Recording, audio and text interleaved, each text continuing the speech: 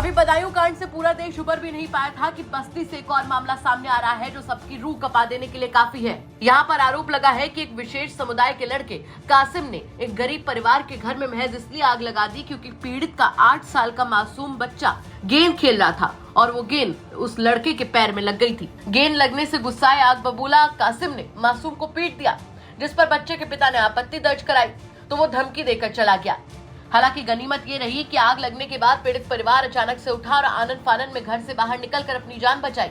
लेकिन इस आगजनी में पीड़ित परिवार के छप्पर वाले घर में बंदी 3 गौवंश जानवर झुलस गए, जिनका इलाज अभी पशु अस्पताल में चल रहा है। दरअसल बस्ती का हरिया थाना क्षेत्र का शेरवादी गांव एक विशेष समुदाय बाहुल्य गांव है, जहां पर 3 हिंदू परिवार को छोड़कर सभी मुस्लिम परिवार के लोग रहते हैं।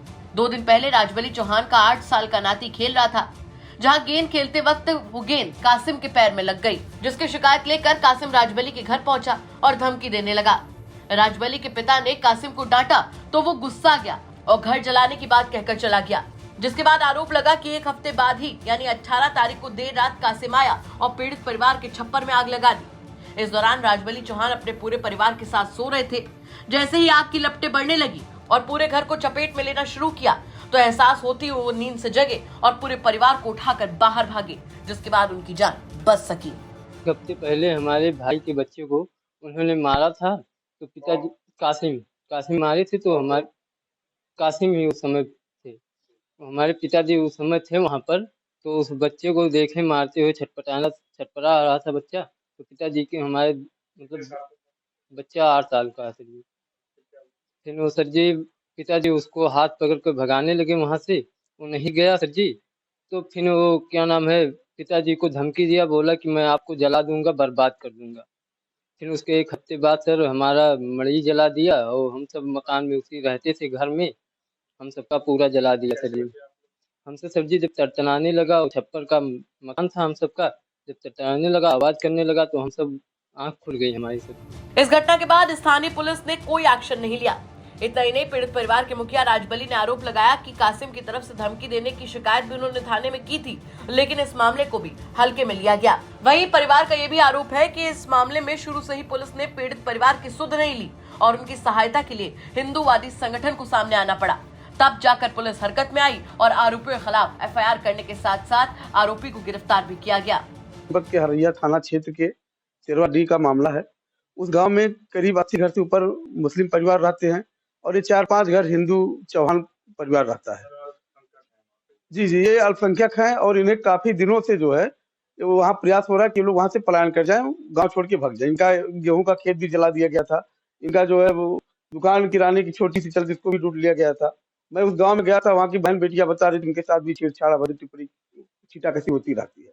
मामला अभी कल का मामला है, 2 बच्चों का गला रेत कर हत्या कर दिया गया बदायूं में। हमने आप मीडिया के माध्यम से देखा है। वहां भी बच्चे को जब उसने तमाचा मार दिया, बच्चा बॉल खेल रहा था, वो बॉल उसके पैर में जाके लग गया। एक छोटी सी बात है, 8 साल के बच्चे को तमाचा मार दिया। उसके पिताजी ने इसका विरोध किया, कहा भाई छोटे से बच्चे को क्यों मारो, तुम हमारे घर से जाओ। इतनी छोटी सी बात पे इतना उग्र हो गया वो व्यक्ति कि इनका घर जला दिया। फिलहाल आरोपी कासिम को पुलिस ने गिरफ्तार तो किया, लेकिन कुछ ही देर में उसका 151 में चालान करके उसे छोड़ भी दिया। हरिया के अंतर्गत ग्राम शेरवाडी में 17 तारीख को रात में लगभग 1-1:30 बजे के आसपास में एक चौहान बिरादरी के हैं, उनके छप्पर में एक 3 भैंस के पड़िया बांधी गई थी।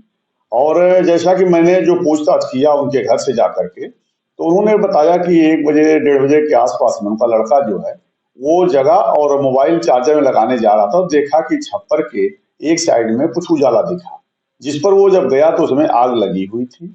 और उसके बाद वो जल्दीबाजी में अपना उसमें मोटरसाइकिल रखा था, मोटरसाइकिल को हटाया और उसमें 3 पड़िया थे, वो पड़िया को हटाया गया। पड़िया जो है लगभग 10 से 15% तक झुलसी हुई है, लेकिन किसी की हालत सीरियस नहीं है, क्योंकि मैंने स्वयं देखा है उसको। अब वो पूछने पर किसी को देखा जाना नहीं बताया, लेकिन एक व्यक्ति को उन्होंने नॉमिनेटेड किया है, जिसके संबंध में मुकदमा पंजीकृत कर लिया गया और विवेचनात्मक कार्रवाई की गई। बदायूं कांड से भी पूरा देश दहला ही था कि एक और बस्ती में कांड अपने आप में कई सवाल खड़े कर देने वाला है। अब देखना होगा कि इस मामले में आगे क्या कुछ निकलकर सामने आता है, क्योंकि कासिम पर आरोप बेहद गंभीर है। बस्ती से संतोष सिंह की रिपोर्ट, यूपी तक।